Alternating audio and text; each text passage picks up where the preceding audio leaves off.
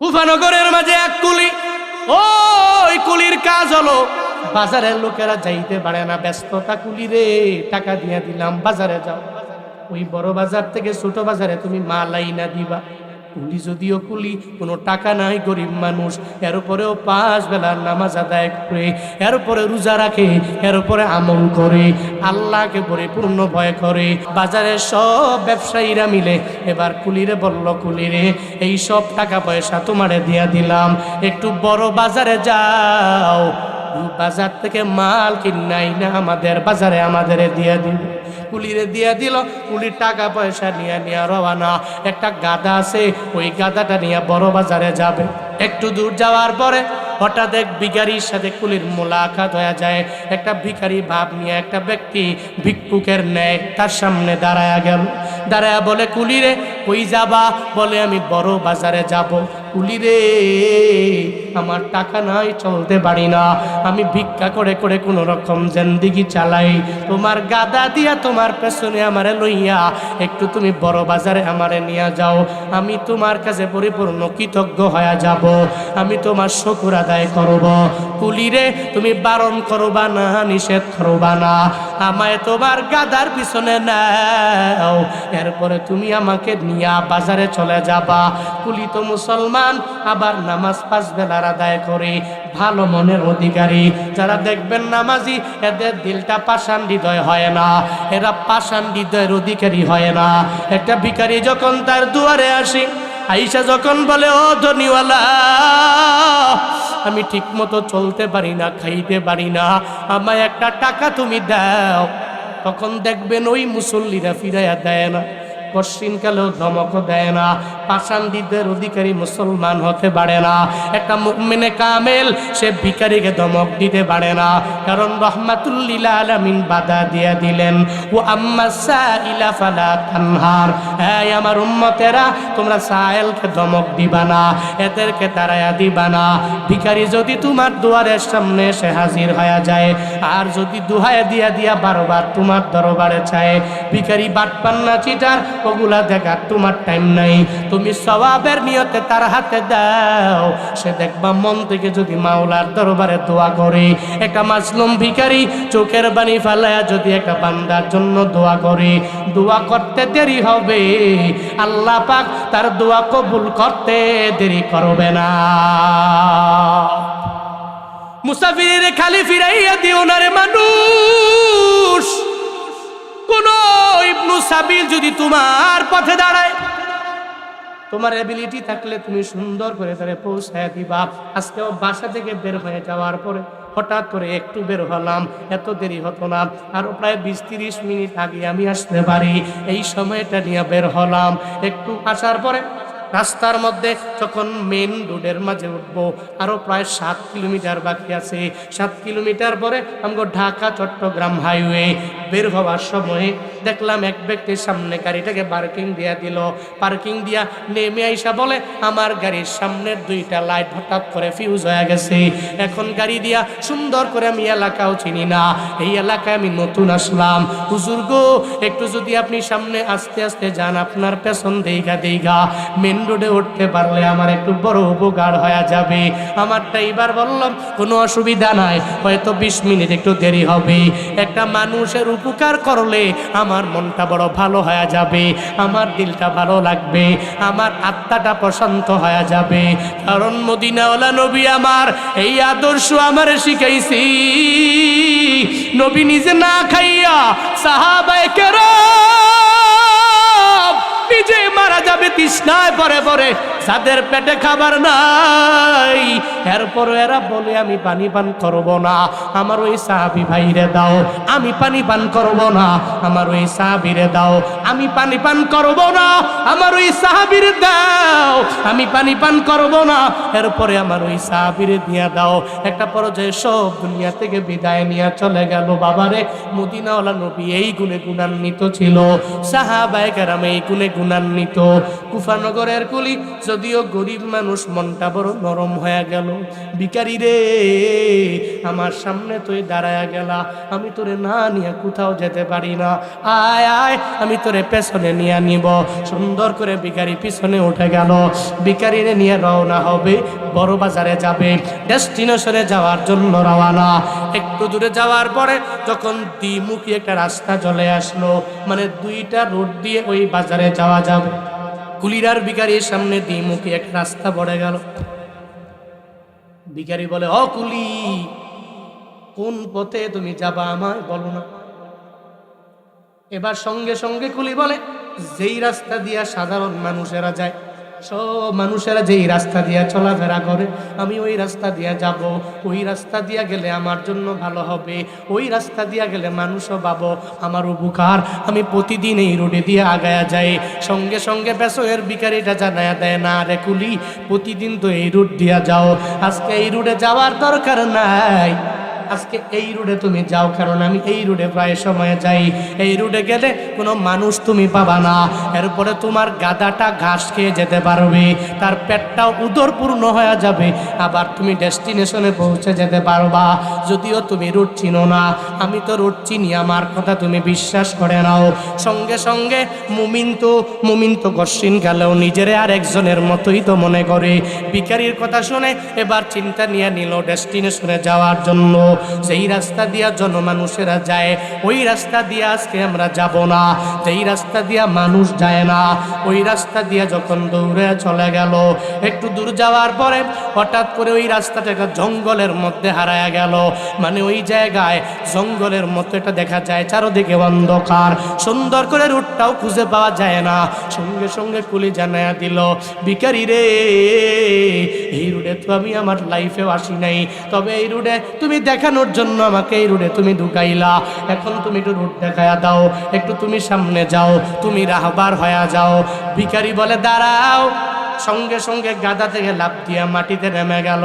মাটিতে নেমে বলে, তোমার আজকে শেষ হয়ে যাবে, তোমাকে আজকে দুনিয়া থেকে বিদায় করে দেওয়া হবে। কারণ রে কুলি, তুমি আমারে চিনতে পারো নাই, আমি ভিখারির বাপ নিয়ে আমি তোমার সাথে উঠলাম, তুমি আমারে চিনতে পারলা না। এই রোডের সামনে তাকায়া দেখবা, লাশের কোনো অভাব নাই। আমি এই জায়গায় কত মানুষের লাইন চুদো করে করে পথ থেকে বের করি, বিপথে আই না। আমি এই জঙ্গলে এদেরকে দুনিয়া থেকে বিদায় করে দিয়েছি, আবার এদের যত ধন সম্পদ সব টাকা পয়সা আমি আত্মসাৎ করে করে নিয়ে গেলাম। এটা যখন বলে, সঙ্গে সঙ্গে এবার জানায় দেয়, ভিখারি রে, আমি কি বুঝে তুই চিনতে পারলাম না, তুই ভিখারি একটা ভাব নিয়ে নিলা, এরপরে তুই এখন ডাকাতির একটা ভাব নিয়ে নিস। সঙ্গে সঙ্গে ওবার ওই ভিখারিটা ডাকাতির ভাব নিয়া কোমর থেকে একটা খঞ্জর বের করে দিল, কয়ে তোর এখন দুনিয়া থেকে বিদায় করে দিব, যা টাকা আছে তুই আমায় দাও, যা আছে সব দিয়া দাও, সব আমি নিয়ে যাব, এরপর দুনিয়া থেকে আমি তোরে বিদায় করে দিব। সঙ্গে সঙ্গে ওই কুলি বলে, এই ডাকাত, তুই আমারে মারিও না, আমি জানি এই টাকা পয়সা তুই নেওয়ার জন্য আমার সামনে আসলা, যত টাকা পয়সা লাগবে দিলাম, তুই নিয়ে যাও, আমার গাদা তোরে দিয়া দিলাম, তুই নিয়ে যাও, তবে আমারে বাইরো না, কারণ আমার বাড়িতে গেলে আমার সন্তানেরা আমার জন্য অপেক্ষায় পড়ে থাকে। আমার ওই সন্তানেরা আমি গেলে আমারে বাবা বাবা বলে ডাক দেয়, আমার সন্তানেরে আমি ভালোবাসি, সন্তানেরা আমার মুখের মধ্যে চুমু খায়, আমার ঠোঁটের মধ্যে চুমু খায়। ওই সন্তানের মায়া থেকে তুমি আমাকে দুনিয়া থেকে বিদায় করো না, আমারে বিতাড়িত কইরো না, একটু বারবার বলে। কিন্তু যারা ডাকাত, এদের পাষাণ হৃদয়ের অধিকারী এরা হয়ে যায়, মনটা নরম হয় না, সঙ্গে সঙ্গে ডেকে বলে, না না, আমি যদি তোরে না মারি, তোর সব টাকা পয়সা, তোর ধন সম্পদ যদি নিয়ে নিয়ে আমি চলে যাই, তুই বাজারে গিয়ে আমার নাম বইলা দিবা, আমার নাম যদি বলে দাও, তাহলে সবাই আমারে ধরে নিয়ে মেরে ফেলবে। সঙ্গে সঙ্গে এই কথা বলার পরে মানতে রাজি না, কয় তোর টাকা পয়সাও নিয়ে যাব, আবার তোর গাধাও নিয়ে যাব, তোর দুনিয়া থেকে আমি বিদায় করে দিব। বান্দারে, আমগো সমাজেও দেখবেন এমন কিছু লোক আমগো সমাজের মধ্যেও আছে যারা দেখবেন উপর দিয়া ফিটফাট, ভিতরে ভিতরে ভিতরে ভিতরে সদরঘাট, উপরে উপরে ভালো ভালো চলাফেরা করে, উপরে দেখলে মনে হয় অনেক বড় আল্লাহওয়ালা, উপরে উপরে দেখলে মনে হয় ইমানদার, উপরে উপরে দেখলে মনে হয় মুত্তাকি, অথচ গোপনে গোপনে গোপনে গোপনে সুদি কারবার করে আছে না না আসেনি? কত বড় আল্লাহওয়ালা দেখা যায়, দেখলে মনে হয় মুত্তাকি, অথচ গোপনে গোপনে সুদি লেনদেন করে, গোপনে গোপনে ঘুষ খায়, গোপনে গোপনে মানুষের উপর জুলুম করে, গোপনে গোপনে সুদে টাকা লাগায়। বান্দারে, উপর দিয়ে দেখতে মনে হয় ভালো, কিন্তু ভেতরে ভেতরে ভালো না। উপর দিয়া ফিটফাট মনে হলেও ভিতরে সদরঘাট। শুধু তাই না, এরা সমাজের এত পরিমাণে ক্ষতির কারণ হয়ে যায়। একটা কাফের, একটা খ্রিস্টান, একটা বৌদ্ধ সরাসরি ইসলামের যতটুকু পরিমাণ ক্ষতি করে না, একটা মুনাফিক এত পরিমাণ ইসলামের ক্ষতি করে, ঠিক কিনা? একটা কাফেরের দ্বারাও এত পরিমাণ ক্ষতি হয় না, একটা নাস্তিকের দ্বারা এত পরিমাণ ক্ষতি হয় না, কারণ তো সরাসরি বলে। আর যে মুনাফিক, ও তো ভিতরে ভিতরে ভিতরে ভিতরে কপটতা, ভিতরে ভিতরে প্রতারণা ভিতরে রাখে, উপর দিয়ে বলে মুসলমান। যেরকম নবীর জামানায় ছিল আব্দুল্লাহ ইবনে উবাই ইবনে সালুল রাহমাতুল্লিল আলামিন, বদরের প্রান্তরে সাহাবায়ে কেরাম নিয়ে রওয়ানা। প্রতিমধ্যে যাওয়ার পরে আব্দুল্লাহ ইবনে উবাই নবীর পিছনে নামাজ পড়ে, আবার পাগড়িও পড়ে থাকে, বড় বড় লাগাইয়া রহমাতুল্লিল আলামিনের সাথে চলে। বদরের প্রান্তরে যখন সাহাবায়ে কেরাম রওয়ানা, সাহাবায়ে কেরাম যখন যায়, যাওয়ার পথে এবার আব্দুল্লাহ ইবনে উবাই বলে, ওখানে গেলে তোরা মারা যাবা, চল চল, মুহাম্মদের দলের প্রতীক হলে হবে না, একটু চলো না, আমরা একটু ওদের দল থেকে বেঁচে যাই। ফুসলায়া ফাসলায়া বদরের প্রান্তরে সাহাবায়ে কেরাম যারা ছিল, এদেরকে সবটাই না নিয়া মাত্র 313 জন নবীটাকে চলে গেল। বাকিরা আব্দুল্লাহ ইবনে উবাইয়ের কথা মেনে এরা সব যুদ্ধ থেকে পেছনে ফিরে আসলো। আল্লাহ কয়, নবী গো, আব্দুল্লাহ ইবনে উবাই উপর দিয়া যদিও পাগড়ি পরে, উপর দিয়ে যদিও জুব্বা পরে, আপনার পেছনে যদিও নামাজ পড়ে, তবে মনে রাখবেন সমস্ত মুনাফিকদের লিডার আব্দুল্লাহ ইবনে উবাই ও কশিন কালেও ইসলামের ফায়দার জন্য কাজে আসবে না, ইসলামের বিন্দু মাত্র পরিমাণ উপকার তার দ্বারা হবে না।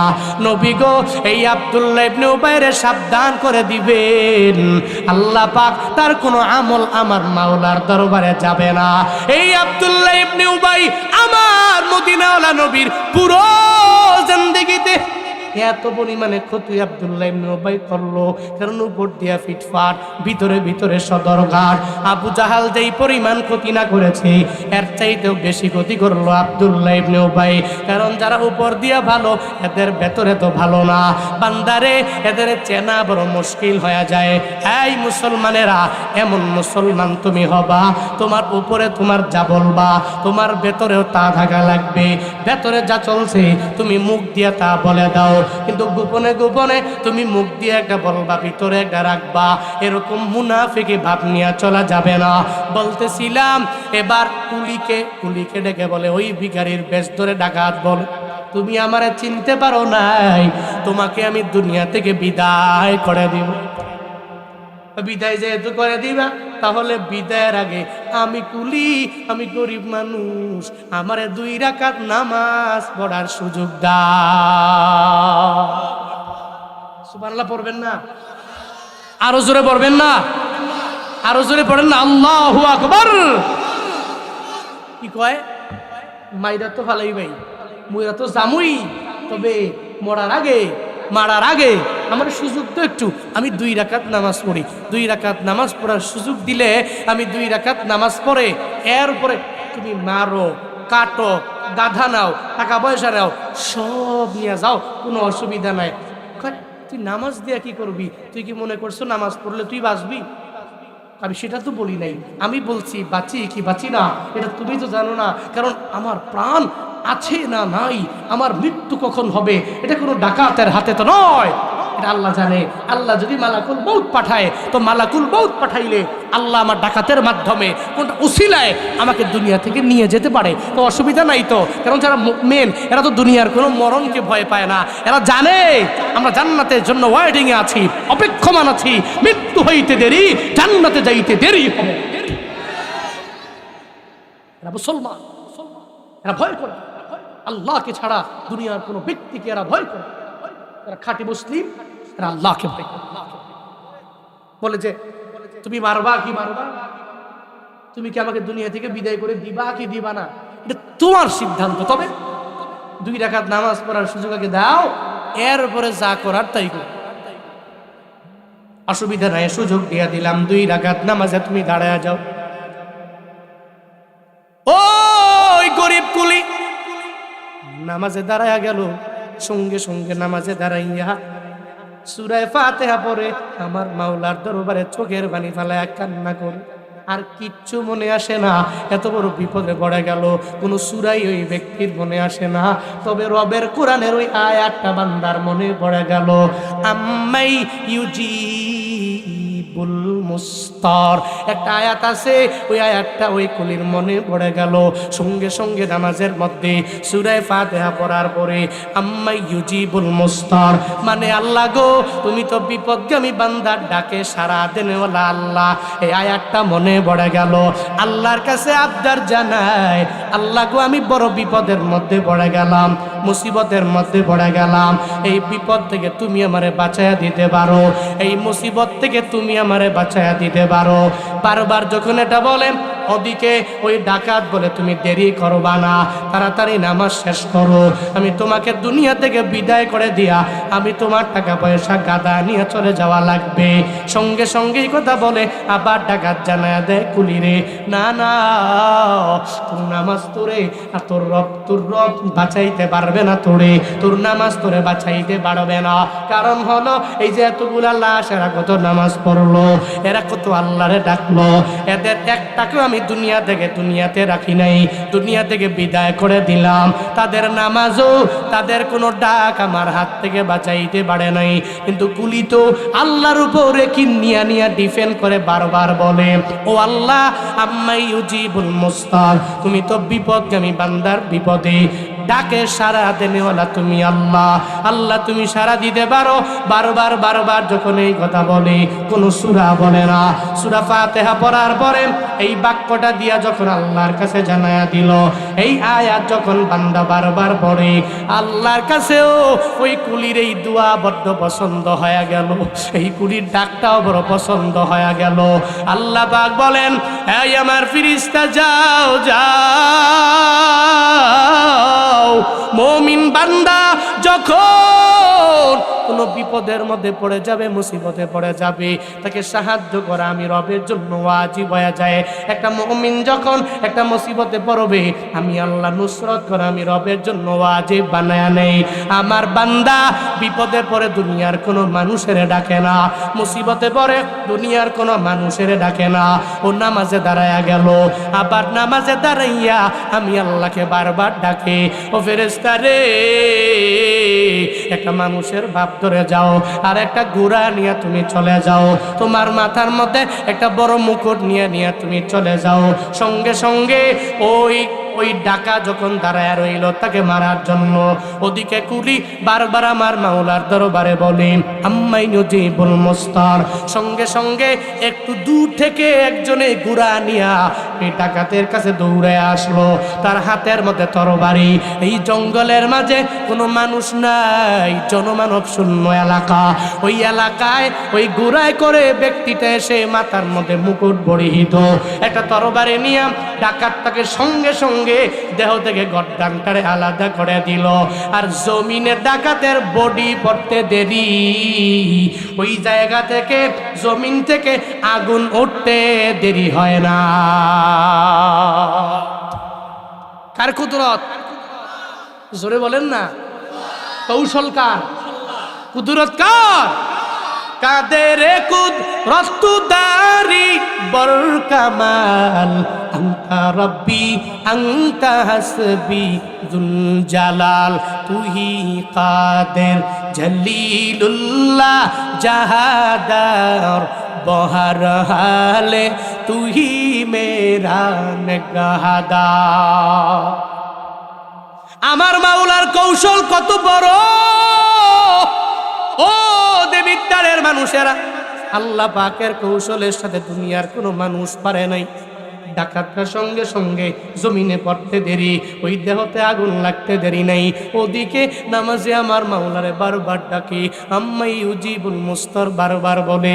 সঙ্গে সঙ্গে একটু পরে এই ঘটনা দেখে সিজদায় পড়ে গেল, কারণ জানতে বাকি নেই, বুঝতে বাকি নেই এই বড় বিপদ থেকে আমার আল্লাহ ছাড়া আমার দুনিয়ার কেউ বাঁচাইতে পারে নাই। এই এখানে এই জঙ্গলে অন্য কোনো ব্যক্তি আসতে পারে না, আমারে বাঁচাইছে আমার মাওলা।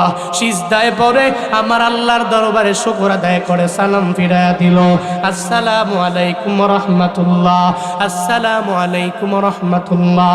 সালাম ফিরানোর পরে তাকায়া দেখে যে লোকটা এত বড় বিপদ থেকে বাঁচায়া দিল, ওই লোকটা তরবারি নিয়ে নিয়া একটা ঘোড়ায় দৌড়ায় চলে যায়।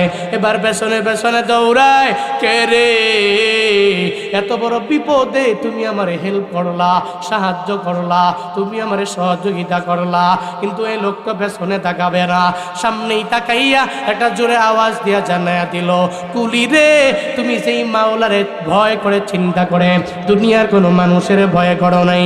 একটা বিপদে পড়িয়া মুসিবতে পড়িয়া তুমি তোমার নামাজে আম্মাই ইউজিবুল মুস্তার আমার আল্লাহকে ঘোষণা দিয়া তুমি জানায়া দিছো তোমার বিপদ থেকে আমার মাওলা বাঁচায়া দিতে পারে। আবার তুমি নামাজে দাঁড়ায়া গেলা, কুলি রে আমি দুনিয়ার কেউ না, আমি হলাম ওই আম্মাই ইউজিবুল মুস্তারের একজন গোলাম। আল্লাহ পাক আমারে পাঠিয়ে দিয়েছে রে কুলি, দুনিয়া থেকে আমি ডাকাতরে বিদায় করে দিয়েছি, দুনিয়া থেকে কুলি বিদায় ডাকাতরে বিদায় করে দিলাম, তোমার বিপদ থেকে বাঁচায়া দিলাম, মুসিবত থেকে বাঁচায়া দিলাম। এই বাবারা, কেন এই ঘটনা বললাম জানোনি? তুমি যদি বিপদে পড়ে একটু নামাজে দাঁড়ায়া যাও, আল্লাহ তোমার বিপদ থেকে বাঁচায়া দিতে পারে। তুমি যদি মুসিবতে পড়ে একটু নামাজে দাঁড়াইয়া যাও, আল্লাহ তোমার বিপদ থেকে বাঁচায়া দিতে পারে। মুমিন বিপদে পড়লে ডিপ্রেশনে পড়ে না, হতাশায় পড়ে না। মুমিন তাওয়াক্কুল করে কার উপরে? জোরে বলেন। অনেক বড় রোগ হইছে, বিপদে পড়ছেন, মুসিবতে পড়ছেন, ছেলে নাই, মেয়ে নাই, টাকা পয়সা নাই, রিজিক নাই, গুনাহ করতে করতে বডি নাপাক করছেন, আপনার জন্যই তো আজকের রাত লাইলাতুন নিসফি মিন শাবান। এই রাত তো আপনার জন্যই, আপনার গুনাহগুলোকে আল্লাহ ক্ষমা করবে, আপনার রিজিক দিয়া ভরপুর করে দিবে, আপনার বালা মুসিবত থেকে আল্লাহ পাক আপনাকে মুক্তি দিয়ে দিবে। রাতটাই তো হচ্ছে শবে বারাত, মানে হচ্ছে মুক্তির রাত, রাতটাই তো হচ্ছে শাবানের মধ্য রজনী দামি রাত। আপনার জন্যই তো আল্লাহ পাক প্রথম আসমানে আইসা এখনো ডাকে, আলা মিন মুস্তাগফির ফাগফিরুলা, আলা মিন মুস্তারজিক ফারযুকহু, আলা মিন মুবতালা ফাওয়াফিয়াহু ফি, আলা কাযা আলা কাযা হাত্তা ইয়াতলু আল ফজর। ফজর উদিত হওয়া পর্যন্ত আল্লাহ পাক বান্দাকে ডাকে, আলা মিন মুস্তাগফির, ক্ষমা প্রার্থী, আল্লাহর কাছে ক্ষমা চাই যারা, এই ব্যক্তিদের মাঝে কে আছো যে আল্লাহর দরবার থেকে আজকে ক্ষমা লাগবে? তুমি রাতে একটু আসো না, 2 রাকাত 4 রাকাত নফল নামাজ পড়ে একটু মুনাজাত ধরে কান্নাকাটি করো না, আল্লাহ গো জিন্দেগিতে গুনাহ করছি, তুমি মাফ করো। নবী কয়, আল্লাহ কয় ফাগফিরুল্লাহ, আমি আল্লাহ বান্দা চাইতে দেরি, আমি তার জিন্দেগির গুনাহগুলোকে ক্ষমা করতে দেরি করি। মনে রাখবেন, এই রাতে আল্লাহ পাক রব্বুল আলামিন কতগুলা মানুষের মাফ করে। আম্মা জান আয়েশা সিদ্দিকা রাদিয়াল্লাহু তাআলা আনহা নবীজিকে বললেন, নবী হে, এই রাত তো লাইলাতুল বারাত, বিশদ এক হাদিস ছোট্ট করে বড় বলে ফেলি। আম্মা জান আয়েশার ঘরে একদিন নবী মসজিদে নববী থেকে রেস্ট করবে এরকম একটা মুড নিয়ে নবী ঢুকলেন তার হুজরায়। হুজরা মুবারকে ঢোকার পরেই জামা খুলে ফেললেন। আম্মা জান আয়েশা চিন্তা করলেন, আজকে হয়তো নবী অন্য কোনো বিবির ঘরে যাবে না, আজকে আমার ঘরেই থাকবে। আম্মা জান আয়েশা কয়, আমার কপালটা ধন্য হয়ে গেছে, খুশি হয়ে গেছি আমি। সুবহানাল্লাহ পড়বেন না? হ্যাঁ, আমরা তো এমন স্বামী, ঘরের মধ্যে ঢুকলে বিবি মনে মনে কয় খাইছে বিড়ি কুট্টাইছে, এর গন্ধে ঘরে থাকাই যায়। কিন্তু রহমাতুল্লিল আলামিন ঘরে ঢুকলে প্রত্যেকটা বিবি খুশি কেন হবে না? আল্লাহ পাক নবীকে কি পরিমাণ সৌন্দর্য দিয়েছেন জানো? আম্মা জান আয়েশা বলেন, আমি কাঁথা সেলাই করতেছিলাম, কিন্তু সুই আমার হাত থেকে পড়ে গেল, বাতির অভাবে আমি পাই না। সঙ্গে সঙ্গে নবী আসলো, নবীর নূরের আলোতে এত আলোকিত হলো আমার ঘর, আমি ওই আলো দিয়া সুইটা কুরে পাইয়া এরপরে কাজ শুরু করব। আরো জোরে পড়বেন না সুবহানাল্লাহ? যায় না, কোনো বিবির ঘরেও যায় না। নবী জান্নাতুল বাকির পাশে গিয়া দাঁড়ায়া যায়, আল্লাহর দরবারে আবদার জানায়, হে মালিক, আমার সুহাদারা এই জায়গায় শুয়ে আছে রে আল্লাহ। আল্লাহ গো, এই সুহাদাদের কবরগুলো তুমি জান্নাতের বাগান বানায়া দাও। আমার উম্মতেরা যারা দুনিয়া থেকে বিদায় নিল, সমস্ত মাইয়াতের কবর তুমি জান্নাতের বাগান বানাও। নবী জান্নাতুল বাকির পাশে দাঁড়াইয়া আল্লাহর দরবারে এটা বলে। আম্মা জান আয়েশা বলেন, আমি পেছন দিক দিয়া দাঁড়ায়া রইলাম, এদিকে নবী ওটের বয়ে গেল। নবী ডেকে বলে, আয়েশা রে, তুমি মনে করেছো আল্লাহ এবং রাসূল তোমারে ঠকাবে নাকি? তোমার স্বামী তোমারে ঠকাবে নাকি? আম্মা জান আয়েশা বলেন, নবী আস্তে আস্তে বলার পরেও শুনে ফেললেন। আম্মা জান আয়েশা বলেন, নবী হে, আমার মনের মধ্যে এমন একটা ভাব চলে আসছিল আপনি অন্য কোনো বিবির ঘরের মধ্যে যাবেন, এই কারণে আমি আপনাকে ফলো করে করে পেছন দিকে আসলাম। কিন্তু না না, আপনি তো কোনো বিবির ঘরে যান নাই, আপনি এখানে এসে আপনার উম্মতের জন্য কান্না করেন, আপনার উম্মতের জন্য আপনি আল্লাহর দরবারে বলেন, এই নবীর উম্মতেরা, এই নবীর বড় বড় আশেকেরা, তোমার আমার জন্য নবী পুরা জিন্দেগিতে শুধু কান্না করে কান্না করে কান্না করে কেমনি উম্মতের নিয়ে জান্নাতে যাওয়া যাবে। কিন্তু তুমি এত কপাল পুরা, ওই নবীর মনে কি পরিমাণে আঘাত তুমি দিয়া দাও। বারবার ইমাম তোমারে বলে দাড়িটাকে লম্বা করে দাও, তুমি বলো হুজুর নামাজ পড়ি না, দাড়ি রাইখা কি লাভ হবে? হুজুর রোজা রাখি না, দাড়ি রাইখা কি লাভ হবে? হুজুর আমি আমল করি না, তো দাড়ি রাইখা আমার কি লাভ হবে? ও বান্দারে, না না, রহমাতুল্লিল আলামিনের সুপারিশ যদি চাও, ওই নবীর সুপারিশ নিয়া ভালোবাসা নিয়া যদি জান্নাতে ঢুকতে যাও, তুমি নবীর দাড়ি মুবারকের যে সুন্নতটা, ওই সুন্নতের ভিতরে আঘাত লাগায়ও না। আজকে থেকে দাড়িটাকে লম্বা করবা, কারণ দাড়িতেই তোমাকে অনেক সুন্দর লাগে, তোমারে সুন্দর মানায়। আমি জুনায়েদ আল হাবিব যদি দাড়ি দুড়ি কামাইয়া চলি, আমার মনে হয় কেমন জানি আমার দেখতে লাগবে। না রে বাবা, দাড়ি মারি কামাইলে আমার একটু জুয়ান জুয়ান লাগবে এমনটাও না, বরং দাড়ি রাখলে, আল্লাহ পাক দাড়ি রাখলে চেহারার মধ্যে একটা নূর দিয়া দেয়, একটা মায়া দিয়া দেয়। এই বান্দারা, রহমাতুল্লিল আলামিন আম্মা জান আয়েশা বলেন, নবী হে, এই কারণে আমি আপনার পেছনে এসে দাঁড়ায় রইলাম। তবে অন্যদিকে না যাই, নবী আমার সঙ্গে সঙ্গে ডেকে বলে, আয়েশা রে, আজকে রাতটা তো শবে বরাত, মানে লাইলাতুন নিসফি মিন শাবান। এই রাতের বেলা যেই বান্দা আমার রবের দরবারে তাওবা করবে, কান্নাকাটি করে একটু ক্ষমা চাইতে পারবে, আল্লাহ পাক এর পেছনের সব গুনাহ মাফ করে দিবে। আম্মা জান আয়েশা বলে, ও পয়গম্বর, কয়জন ব্যক্তির আমার মাওলা ক্ষমা করে দিবে? কয়টা সংখ্যা হয়ে যাবে যাদেরকে আমার মাওলা ক্ষমা করবে? এটা বলার পরে রহমাতুল্লিল আলামিন বলে, ও আয়েশা, এই যে আমার মদিনায় একটা গোত্র আছে, ওই গোত্রের নাম হলো বনু কালব। বনু কালব নামক একটা গোত্র আছে, ওই গোত্রের লোকেরা, এরা বকরি পালন করে, প্রত্যেকের ঘরের মধ্যে বকরির পালের অভাব নাই। ও আয়েশা, এই বকরির পালে, বকরির বড়ির মধ্যে কতগুলা পশম আছে গোনার মতো ক্ষমতা নাই, কেউ গণনা করতে পারবে না। এক একটা বকরির মাঝে যতগুলা পশম আছে, বনু কালব গোত্রের সমস্ত বকরিগুলারে যদি একটু সিলে, ওই প্রত্যেকটা বকরির যদি পশমগুলো একসাথে করে একটা সংখ্যা যদি হয়, ওই সংখ্যা যত, আল্লাহ পাক এই রাতের বেলা এর চাইতেও বেশি তার বান্দাদের ক্ষমা করে বেগুনা মাসুম বানায়া দিবে। আল্লাহ পাক এই রাতে তোমারে মাফ করবে, তোমারে ডাকে। এই যুবকেরা, গুনাহ করছো, আজকে রাতের বেলা বয়ান শুনে যাওয়ার পরে 2 রাকাত নামাজ পড়বা, 4 রাকাত নামাজ পড়বা, 6 রাকাত নামাজ পড়বা। একটু রবের দরবারে, আল্লাহর দরবারে আবদার জানাইবা, আল্লাহ গো জিন্দেগীর গুনাহগুলোরে মাফ করে দাও। এরপরে সেহরি করে কালকে রোজাটা রাখতে পারবেননি। ওয়া মিম্মা রাযাকনাহুম ইউনফিকুন।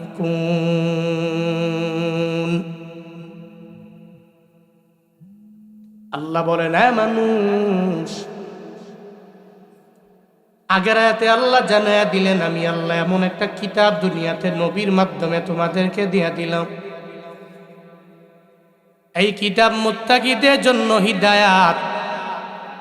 যে সমস্ত মুত্তাকিরা এই কোরআন দ্বারা নিজের জিন্দেগিটা গঠন করতে পারবে, ওই আল্লাহর বান্দা হিদায়াত নামক দৌলতটাও পেয়ে যাবে।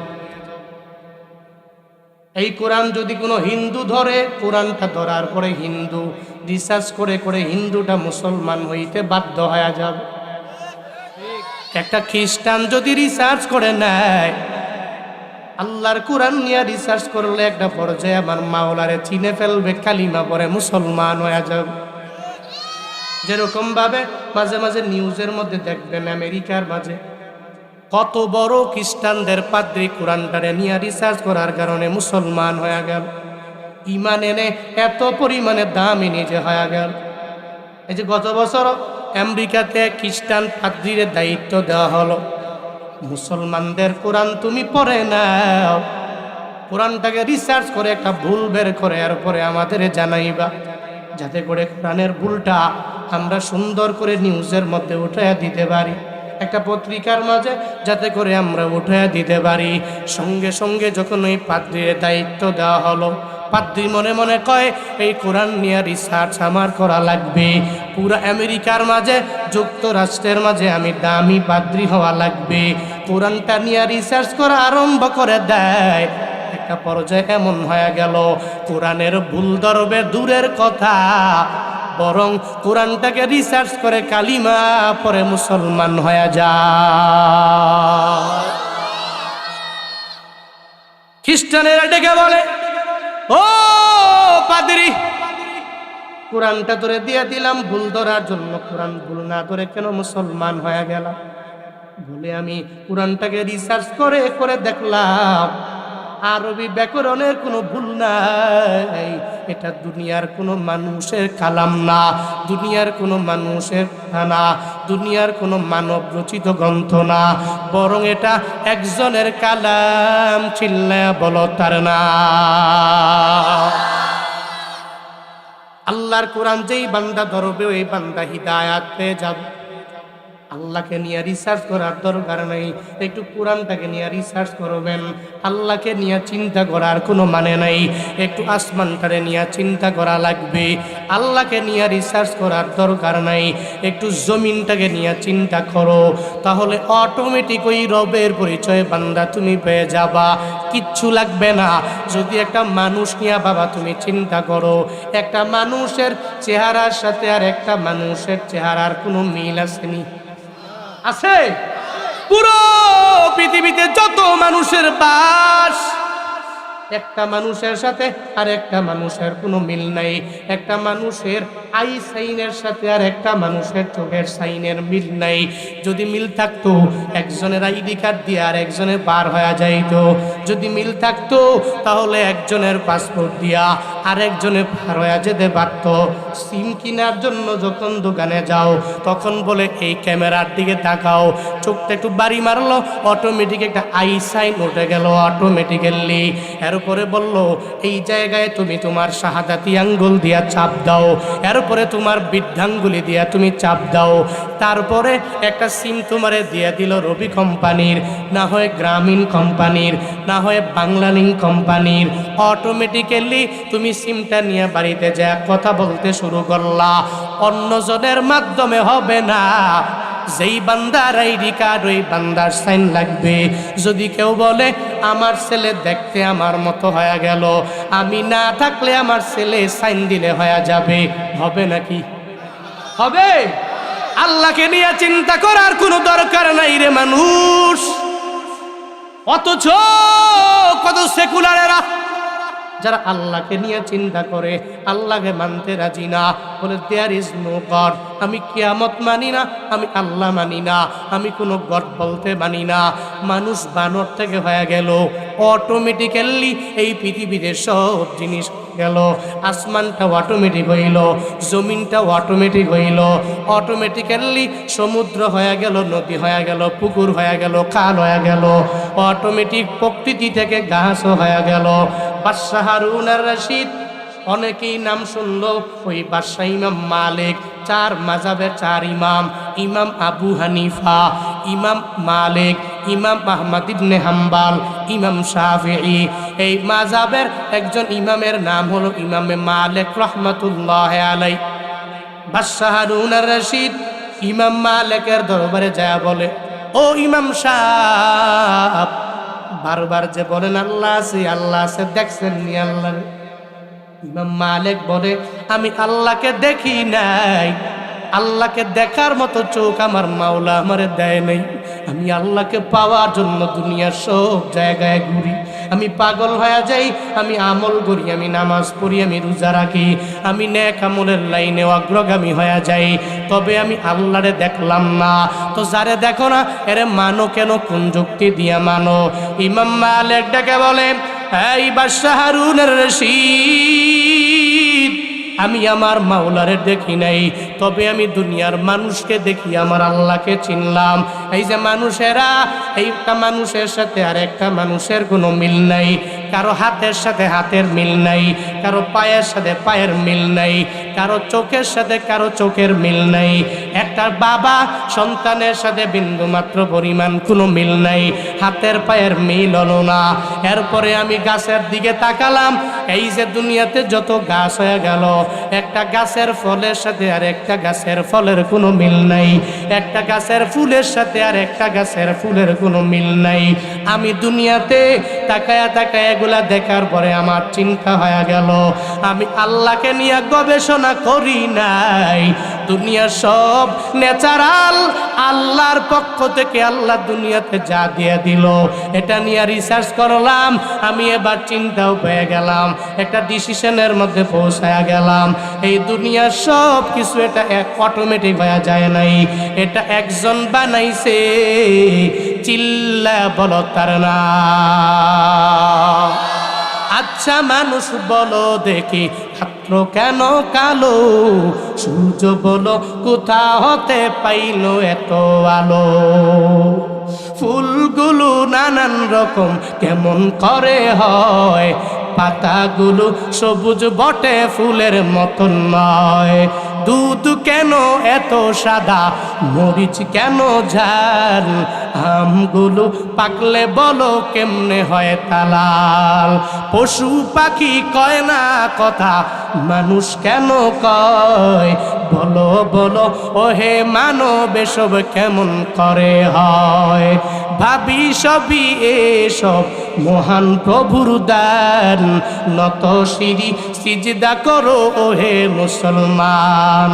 আমরা সবাই বাস করি পৃথিবীরই অঙ্গে, হাতের লেখা মুখের চেহারা মিলে না কারো সঙ্গে, আর মিলে না কলমের সই বুড়ি আঙুলের টিপ। প্রমাণ হলো মহান আল্লাহ আছেন একজন ঠিক। हकीकत से तो दुनिया बेखबर है, दुनिया की नुमाइश पर नजर है। नमी गोयाम के आज दुनिया जुदा बाश बहर कार के बाशी बा खुदा बाश। चिश्ते दुनिया आज खुदा गाफिल बुदान, नहीं कमाशु नुकरा पर जिंदोजा। সব কিছু অটোমেটিক হইছে, কে বানাইছেন? আরো জোরে বলেন না আল্লাহ। এজন্য চিন্তা কি আল্লাহকে নিয়া না আল্লাহর সৃষ্টি নিয়া? কাকে নিয়ে চিন্তা? আল্লাহর সৃষ্টিতে যারা চিন্তা করবে এরা আল্লাহকে পাবে, আল্লাহর ঠিকানা পাবে, আল্লাহর তারিফ পাবে, আল্লাহর পরিচয় পাবে, আল্লাহর অ্যাড্রেস পাবে। কিন্তু আল্লাহকে নিয়ে যদি কেউ চিন্তা করেও নাস্তিক হবে। দেখবেন যারা সেকুলার আছে এরা কিন্তু দুনিয়ার কিছু নিয়ে চিন্তা করে। এদের চিন্তা হলো আল্লাহকে, আল্লাহর কে বানাইছে, আল্লাহর আব্বা আম্মাকে, এর পরিবারের লোকেরা কই, এদের কথাই কিন্তু এরা দুনিয়ার কোনো মাখলুককে নিয়ে চিন্তা করে না, এরা আল্লাহকে নিয়ে চিন্তা করে। আবার বাংলাদেশে কিছু কিছু সেকুলার দেখবেন মাঝে মাঝে বের হয়, মাথা ঠিক নাই। তো বাংলাদেশে জানে যে সব জায়গায় এগুলা বলা যাবে না, কারণ বাংলাদেশের লোকেরা এত পরিমাণে ইসলাম প্রিয়, এক দুইটা নাস্তিকের এরা হোটেলিদের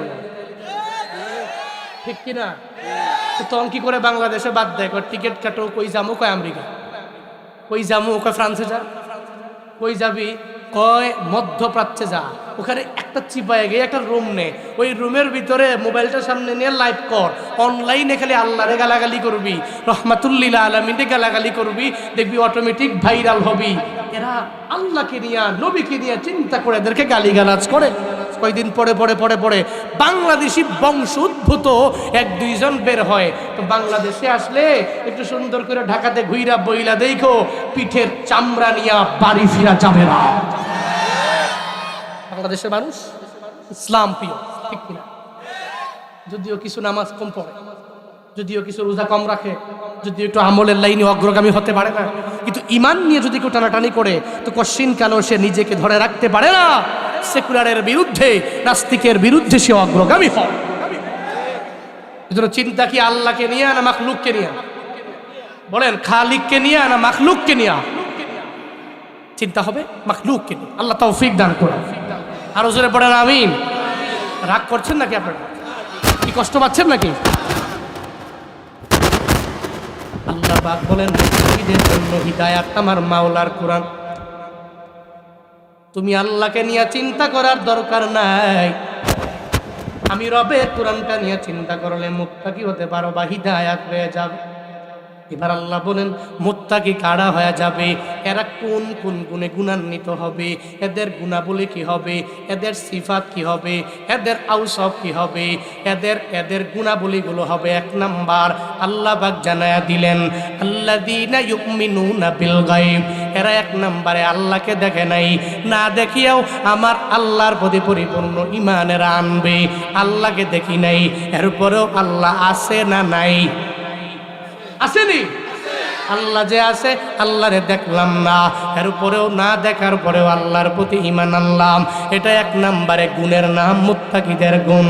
মুত্তাকি যারা, এরা এক নম্বরে ঈমানওয়ালা হয়ে যাবে। আবার গায়বের প্রতি এরা ঈমান আনবে, এক আল্লাহর প্রতি এরা ঈমান এনে নিবে। ঈমানটা কেমনে আনবে? শুধুমাত্র আল্লাহর প্রতি আনবে এমন না।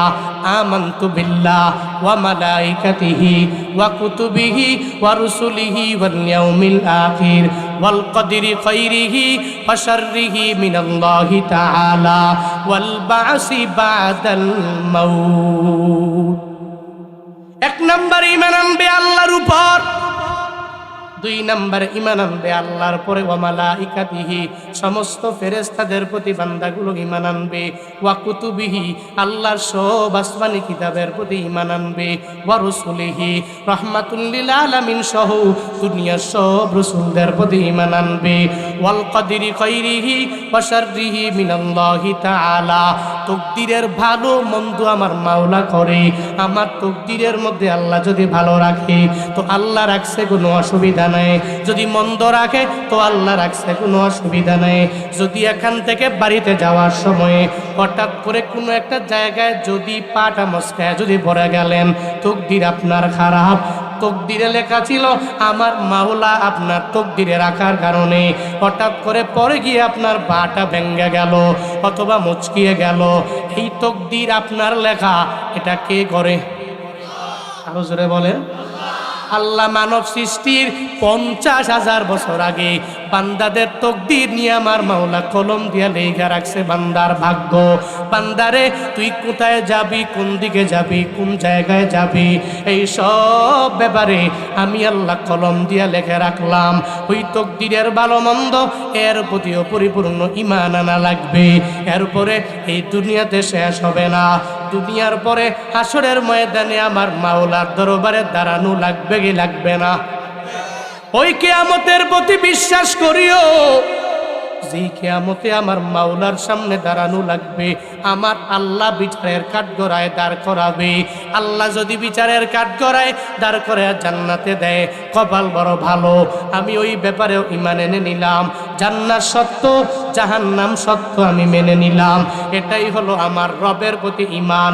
ঈমান বিল্লাহ, ঈমান বিল মালাইকা, ঈমান বিল কুতুব, ঈমান বির রাসূল, ঈমান বিল কদরি খাইরিহি ওয়া শাররিহি মিনাল্লাহি তাআলা, ঈমান বিল আখিরা। এগুলা সব প্রতি তুমি বান্দা ঈমান এনে নাও। যারা মুত্তাকি হয়ে যাবে এরা সব বিষয়ের প্রতি ঈমান আনবে, একটা বিষয়েও লড়চড় এরা করবে না। যারা ঈমানওয়ালা হয়ে যাবে আল্লাহর প্রতি এরা ঈমান আনবে রে গোলাম। যারা মুত্তাকি হয়ে যাবে এরা ফেরেশতাদের প্রতি ঈমান আনবে। আল্লাহ কয়েক গুণের নাম জানায়া দিলাম। আল্লাযীনা ইউমিনুনা বিল গায়ব, এরা প্রথমত ঈমান আনবে আল্লাহর প্রতি ঈমান, না দেখিয়া ঈমান। ফেরেশতাদের প্রতি ঈমান আনবে, তবে আবার না দেখিয়া এদের প্রতি ঈমান আনবে। ঈমানের পরে এর উপরে ওয়ায়ুকিমুনাস সালাহ,